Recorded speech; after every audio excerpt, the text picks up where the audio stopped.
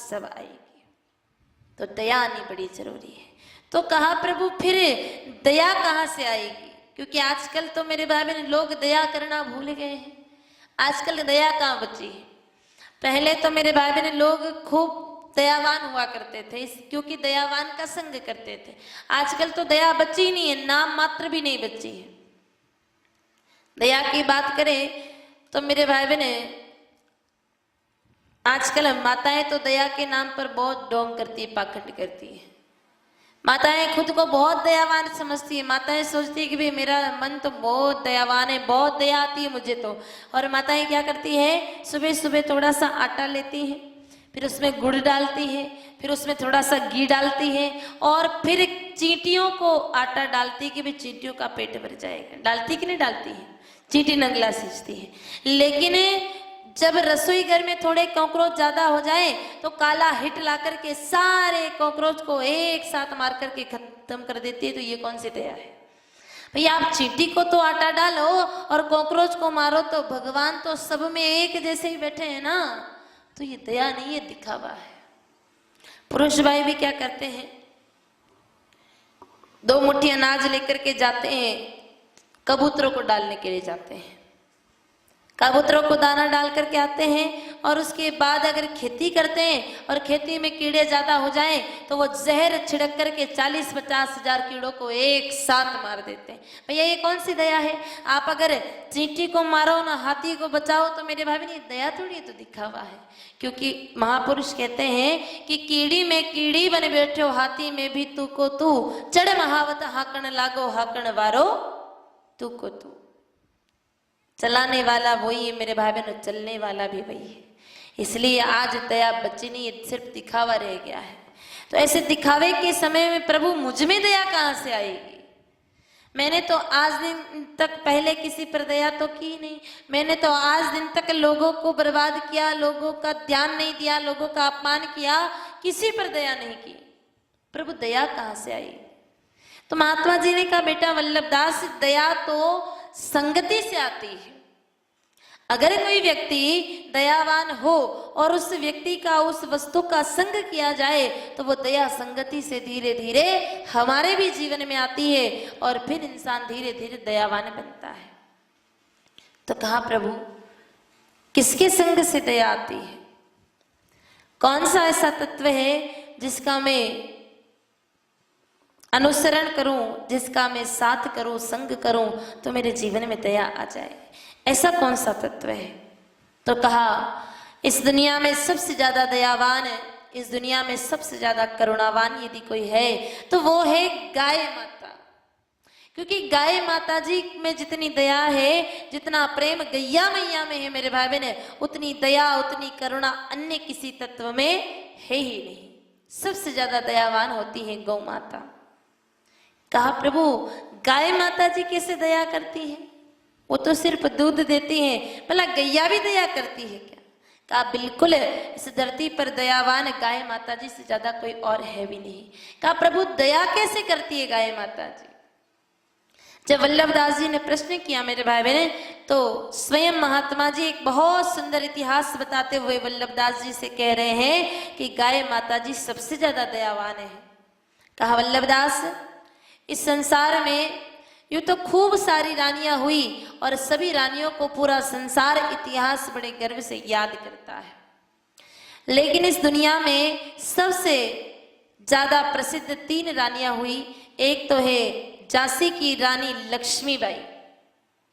लक्ष्मीबाई को दुनिया बड़ी याद करती है, क्योंकि मेरे भाई बहन अपने मातृभूमि की रक्षा के लिए लक्ष्मीबाई ने अपने प्राणों का न्योछावर तक कर दिया, लेकिन मेरे भाई बहन मातृभूमि को गुलाम नहीं बनने दिया। इसीलिए कहते हैं कि बूंदे लो हर बोलो के मुख हमने सुनी कहानी थी, खूब लड़ी मर्दानी वो तो झांसी वाली रानी थी। तो झांसी वाली रानी को लोग बहुत याद करते हैं। दूसरी रानी थी मेरे भाई बहन महाराष्ट्र के छत्रपति शिवाजी महाराज की माता जीजाबाई। जीजाबाई को भी लोग बहुत याद करते हैं मेरे भाई बहन, क्योंकि अपने पुत्र को कठोर बनाने के लिए, फौलादी जैसा बनाने के लिए मेरे भाई बहन माता जीजाबाई घंटों घंटों तक धूप में उल्टा शिवाजी महाराज को लटकाया करती थी ताकि पुत्र महान बन सके। तो वो माँ भी महान थी, उसको भी लोग बहुत याद करते हैं। और तीसरी रानी है मेरे भाई बहन अहिल्याबाई होलकर। आपने तो शायद नाम सुना नहीं होगा, लेकिन परम शिव भक्त मेरे भाई बहन और परम गोभक्त थी अहिल्याबाई होलकर। अहिल्या राम श्री राम, ओम राम श्री राम। सभी एक बार जोर से जयकारा लगाएं, बोली गैया मैया की। तो मेरे भाई बहन महात्मा जी अहिल्याबाई का एक बहुत सुंदर इतिहास बताते हुए कह रहे हैं कि एक परम गोभक्त और परम शिव भक्त थी अहिल्याबाई होलकर।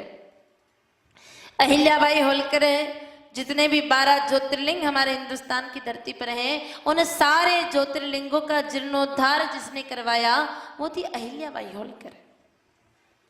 शिव भोले बाबा की बहुत अनन्य भक्त मेरे भाई बहन। जब अहिल्याबाई होलकर के पति और ससुर जी दोनों का ही जब देहांत हुआ, तब अहिल्याबाई होलकर ने स्वयं गादी पर बैठ कर के अपने शासन को संभाला, व्यवस्था को संभाला। पेशवा राजघराने से थी अहिल्याबाई होलकर, लेकिन मेरे भाई बहने अहिल्या माता ने जब से गादी को संभाला, व्यवस्थाओं को संभाला, तो एक बहुत सुंदर आदेश पूरे प्रजा में लोगों तक पहुंचाया कि भाई जिस व्यक्ति के साथ अन्याय हो, जिस व्यक्ति को न्याय मांगना हो, जिस व्यक्ति के साथ कुछ गलत हो, वो व्यक्ति आए और आकर के वो सीधा मुझसे मिले, उसके साथ न्याय किया जाएगा। और ऐसी सुंदर व्यवस्था के लिए उन्होंने क्या किया कि दरवाजे पर 2 द्वारपाल बिठा दिए। द्वारपालों को 2 सैनिकों को बिठा दिया और कहा कि भाई देखो, जो भी व्यक्ति न्याय मांगने आए, जो भी व्यक्ति मुझसे मिलने के लिए आए, आप उनको सीधा मुझ तक लेकर के आना, उसके साथ सीधा न्याय किया जाएगा, उसके साथ अन्याय नहीं होगा। कुछ दिन तो ये व्यवस्थाएं चली, धीरे धीरे धीरे धीरे खूब आगे भी बढ़ी, लेकिन कुछ दिनों के बाद माता अहिल्या को एहसास हुआ कि भाई ये द्वारपाल तो बड़े गड़बड़ हैं, ये तो बहुत भ्रष्टाचारी है, भ्रष्टाचार फैलाते हैं। तो अहिल्या माता ने क्या किया, उन्हें द्वारपालों को भी हटा दिया। उसके बाद तो अपने राजघराने में दरबार में एक बहुत बड़ा सा घंटा बंधवा दिया और घंटे की एक डोरी बांध दी और रस्सी मेरे भाई बहन दरवाजे पर ले जाकर के लगा दी कि भाई जिसको भी न्याय मांगना हो, जिसके साथ कुछ अन्याय होता हो, गलत होता हो, जिसको न्याय चाहिए हो, आकर के रस्सी खींचे और रस्सी खींचते ही कि घंटा बजेगा और सीधा संपर्क अहिल्या माता से हो जाएगा और उसके साथ न्याय होगा। धीरे धीरे बहुत समय गुजरा मेरे भाई बहन, वो घंटी कभी बजी ही नहीं, बजी नहीं, बहुत समय गुजर गया, वो घंटी नहीं बजी। लेकिन मेरे भाई बहन 1 महीने के बाद वो घंटी बजी। तो अहिल्या माता अपने पूजा पाठ में व्यस्त थे, उसी काम को छोड़कर के दरबार में आए और दरबार में आकर के मेरे भाई बहन सैनिकों से कहा कि जाओ भैया, दरवाजे पर कोई आया है, उसको अंदर लेकर के आओ। सैनिकों ने रास्ते पर दरवाजे पर जाकर के देखा तो वहां कोई था ही नहीं। आकर के माँ से कहा, भैया हमने दरवाजे पर जाकर के अच्छे से देख लिया, लेकिन दरवाजे पर तो कोई भी नहीं है। कहा ऐसा नहीं हो सकता है, घंटी बजी है तो इसका मतलब कोई ना कोई तो अवश्य आया है, आप एक बार और देखिए, ध्यान से देखिए। जब मेरे भाई बहन सैनिकों ने एक बार पुनः निरीक्षण किया तो आकर के कहा, मैया देखो यूं तो दरबार पे बाहर दरवाजे पर कोई भी नहीं है, लेकिन दरवाजे पर एक गाय माता जी खड़े हैं और उन गाय माता जी की आंखों से पानी बह रहा है, वो आंसू बहा रही है, गाय माता जी रो रही है। तो अहिल्या माता ने कहा कि सैनिकों जाकर के उन गाय माता जी को भीतर लेकर के आओ, अंदर लेकर के आओ। गाय माता जी को अंदर लेकर के आए। जैसे ही गाय माता जी को भीतर लेकर के आए तो देखा मेरे भाई बहन की गाय माता जी तो वास्तव में अश्रुधारा बहा रही है। गाय माता जी के नेत्रों से नीर बह रहा है। कहा जाओ जाकर के इसके ग्वाले को लेकर के आओ, जरूर ग्वाले ने कोई न कोई कष्ट पीड़ा पहुंचाई है, तभी गाय माता जी हमारे दरवाजे पर न्याय मांगने के लिए आई है। जाओ जाकर के ग्वाले को लेकर के आओ। मेरे भाई बहन उस ग्वाले को धर कर के लेकर के आए और उस ग्वाले ने आकर के कहा, मैया मुझसे कोई अपराध हो गया है, मुझसे कोई गलती हो गई है क्या? आज मुझे क्यों बुलाया, मुझे क्यों याद किया है? कहा कि ग्वाले, आपने हमारा तो कोई अपराध नहीं किया है भैया, लेकिन तुम्हारी गाय माताजी हमारे पास न्याय मांगने आई है। बोलो गाय माताजी को कौन सी पीड़ा पहुंचाई है? क्या अपराध किया है तुमने गाय माताजी का? ग्वाले ने कहा मैया, अपराध करना तो बहुत दूर की बात है, मैं तो गाय माताजी को तकलीफ पहुंचाने के लिए सोच भी नहीं सकता हूँ। मैं तो गैया मैया से इतना प्रेम करता हूँ कि मैं गाय माताजी के बिना जीवित नहीं रह सकता हूँ, मैंने कोई अपराध नहीं किया है। तो कहा भैया फिर ये गाय माताजी हमारे पास न्याय मांगने क्यों आई है? आखिर क्या कारण है कि गाय माताजी यहाँ पधारे हैं? ग्वाले ने कहा मैया एक काम करिए, मैं मेरी मैया जी को लेकर के चला जाता हूँ, आप इस बात को भूले जाइए। क्योंकि मैं अगर नाम बता भी दूं और उस व्यक्ति को अगर दंड ना मिले, उसको अपराध की सजा ना मिले, तो ऐसे व्यक्ति का फिर नाम लेने से फायदा भी क्या है? मैया आप अब जाने दीजिए, इस बात को यहीं पर छोड़ दीजिए, मैं ले जाऊंगा मेरी गाय माता जी को यहाँ से। अहिल्या माता ने कहा नहीं नहीं, ऐसा नहीं हो सकता। अगर हमारे दरबार में गाय माता जी को किसी ने कष्ट पहुंचाया है, किसी ने तकलीफ पहुंचाई है, तो उस अपराधी को दंड तो मिलना चाहिए, और अवश्य मिलेगा। तुम तो नाम बताओ कि किसने गाय माता जी को तकलीफ पहुंचाई है। ग्वाले ने घटना बताते हुए कहा कि मैया, मैं रोज गाय माता जी को अपने साथ लेकर के जाता हूँ और दिन भर उनको घुमा करके खेत पर छोड़ता हूँ और शाम को गाय माता जी को वापस लेकर के आता हूँ। तो आज भी मैं हमेशा की बात गाय माता जी को ले जा रहा था। आज भी हमेशा की बात गाय माता जी को घुमाने के लिए ले जा रहा था, और मुझे ये तो पता था कि गाय माता जी गर्भवती हैं, लेकिन मुझे ये नहीं पता था कि ये गाय माता जी आज ही प्रसव कर देंगी। मैं ये नहीं जानता था कि गाय माता जी के बछड़े का जन्म आज ही हो जाएगा। रोज घुमाने ले जाता था, आज भी ले जा रहा था। तो आज जब मैं गाय माता जी को खेत पर ले जा रहा था, तब उन गाय माता जी ने रास्ते में अपने बच्चे को, बछड़े को जन्म दे दिया। रास्ते में जब बच्चे को जन्म दिया, बछड़े को जन्म दिया, तो गाय माता जी बछड़े को देखते ही कि गाय माता जी बछड़े को धीरे धीरे बड़े प्रेम से चाटने लगी, और बहुत सुंदर दृश्य वहां पर देखने को मिल रहा था। आपने भी कभी देखा होगा, गाय माता जी जब अपने बछड़े को जन्म देती हैं, तो गाय माता जी अपने बछड़े को बड़े प्रेम से चाट करके उसकी गंदगी खत्म कर देती है। तो गाय माता जी अपने बछड़े को बड़े प्रेम से चाट ही रही थी कि इतने में आपके बेटे मालो जी का रथ वहां से गुजरा। आपका बेटा मालो जी, कुछ तो धन का नशा चढ़ा है, कुछ अहंकार आया है, और कुछ नए नए जवानी में प्रवेश करने का जो जोश है, उस कारण से उस आपके पुत्र मालो जी ने ना तो गाय माता जी को देख करके रथ रोका, और ना ही गाय माता जी को देख करके अपना रास्ता बदला। उन्हीं गाय माता जी के बछड़े के ऊपर से रथ को गुजार दिया, और मैया वो गाय माता जी का बछड़ा वहीं पर प्राणांत हो गए, मर गया। और ये गाय माता जी अब आपके द्वार पर न्याय मांगने आई हैं। बताइए आप अब गाय माता जी के साथ क्या न्याय करोगे? आप गाय माता जी के साथ अब क्या न्याय करोगे मैया? क्या अपने पुत्र को सजा दोगे क्या? मेरे भाई बहन, अहिल्या माता ने अपने पुत्र मालो जी को पुकारा, बुलाया, बुला करके पूछा, बेटा ये जो ग्वाला कह रहा है, क्या ये बात सत्य है? क्या ये झूठ तो नहीं बोल रहा है? मालो जी जानते हैं कि भैया माँ को झूठ पसंद नहीं है। अगर अभी झूठ बोला और बाद में सत्य का पता चल गया तो माँ बहुत गुस्सा करेगी, दंड भी बढ़ जाएगा। इसलिए कहा, हाँ मैया, सुबह गलती में मुझसे ये अपराध हुआ है, मुझसे गोहत्या तो हुई है। सीधा मैया मेरे भाई बहन अपने पुत्र वधू के पास गई, अपनी बहू के पास गई।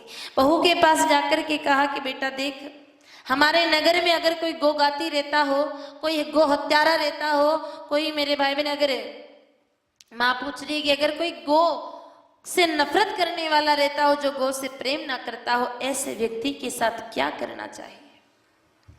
अब कोई साधारण कन्या तो थी नहीं, अहिल्या माता की पुत्र वधू थी मेरे भाई बहन। इसलिए कहा कि माँ, अगर इस नगर में कोई गो हत्यारा रहता है, कोई गोवधी रहता है, तो ऐसे व्यक्ति को जीवित रहने का अधिकार नहीं, उसको भी जिंदा जला करके भस्म कर देना चाहिए, उसको भी दंड मिलना चाहिए। उसको जीवित रहने का अधिकार नहीं। तो कहा बेटा तू अब विधवा बनने के लिए तैयार हो जा, क्योंकि ये अपराध तो तेरे पति ने किया है, तेरे पति से ही हुआ है। मेरे भाई बहने, अहिल्या माता ने सैनिकों को आदेश दिया, सैनिकों को आदेश देकर के कहा कि मालोजी के हाथ पैर बंधवा करके उसको उसी सड़क पर डाल दिया जाए जहां पर उस गाय माता जी के बछड़ी की मृत्यु हुई है, और उसके बाद मालोजी के शरीर के ऊपर से तब तक रथ गुजारा जाए जब तक मालोजी के शरीर से प्राण ना निकल जाए, तब तक उसके शरीर से भी रथ गुजारा जाए, वो रोका नहीं जाए जब तक वो मर नहीं जाए। इतना कठोर मेरे भाई बहन जब निर्णय सुनाया तो सब लोग देखते रह गए, आश्चर्यचकित हो गए। सब सैनिकों ने, सेवकों ने मना कर दिया कि माँ ये काम हमसे नहीं हो सकता है, आप भले ही हमको फांसी पर चढ़ा दो, हमको सूली पर चढ़ा दो, हमको सजा दे दो, लेकिन हमारे युवराज की वध, उनकी हत्या तो हम नहीं कर सकते हैं, ये हमारे बस की बात नहीं है माँ, हमसे नहीं होगा। तब अहिल्या माता ने विचार किया कि जो गोहत्यारा है उसको सजा तो पक्का ही मिलनी चाहिए। मेरे भाई बहन, अहिल्या माता ने मालोजी के हाथ पैर बंधवा करके मालोजी को सड़क पर डाल दिया, और मेरे भाई बहन उसके पश्चात अहिल्या माता खुद रथ पर सवार हो गए। अहिल्या माता खुद रथ पर सवार होकर के मेरे भाई बहन खुद रथ को चलाने लगे, और रथ को हाँकते हाँकते मेरे भाई बहन चलाते चलाते ले गए मालोजी के पास। विचार करिए, एक माँ ने इतना कठोर दंड दिया है ताकि गाय माता जी के साथ न्याय हो सके। मालोजी के पास जैसे ही रथ पहुंचता मेरे भाई बहन, वैसे ही मालोजी और उस रथ के मध्य में एक गाय माता जी आकर के खड़े हो गए। अहिल्या माता ने उन्हें गाय माता जी को हटाया, रथ पीछे लिया, और रथ पीछे लेकर के मेरे भाई बहन वापस रथ को चालू किया, वापस रथ को हाँका, वापस रथ पर सवार होकर के रथ को जैसे ही हाँका मेरे भाई बहन, वापस रथ जैसे ही मालोजी के मध्य में बीच में जाता तो बीच में गाय माता जी आकर के खड़े हो जाते। तीसरी बार पुनः ऐसा हुआ, जब बार बार एक एक घटना घट रही है तो मैया जी गोभक्त है, समझ गई कि गाय माता जी मेरे पुत्र को सजा देना नहीं चाहती है। रथ से उतर करके मेरे भाई बहने गाय माता जी से लिपट गई, और मानो मानवीय स्वर में वो गाय माता जी बार बार एक ही बात कह रहे हैं कि बेटा अहिल्या, मेरा 4 घंटे पहले जो बछड़ा जन्मा वो इस दुनिया में नहीं है, तो मुझे कितनी पीड़ा हो रही मैं तुझे बता भी नहीं सकती हूँ। तो तेरा 40 साल का बेटा अगर इस दुनिया से चला जाएगा तो तुझे कितनी पीड़ा होगी बेटा अहिल्या। जा, तेरे इस गोहत्यारे पुत्र को भी मैंने माफ कर दिया, जा, तेरे इस गोहत्यारे पुत्र को मैंने क्षमा कर दिया, इसे सजा देने की आवश्यकता नहीं है। विचार करिए, अपने पुत्र के हत्यारे को माफ करने जितनी दया क्या किसी और तत्व में हो सकती है क्या? पुत्र के हत्यारा तो छोड़ो मेरे भाई बहन, बेटा अगर पड़ोसी से झगड़ा करके आए और पड़ोसी अपने बेटे की शिकायत लेकर के आए तो फिर मेरे भाई बहन हमसे तो पुत्र का ही हम पक्ष लेते हैं, और उल्टा उस पड़ोसी को 4 गालियां दे देते हैं, और उसके बाद मेरे भाई बहन जन्मों जन्मों का पैर रखते हैं, उससे बात तक और नहीं करते।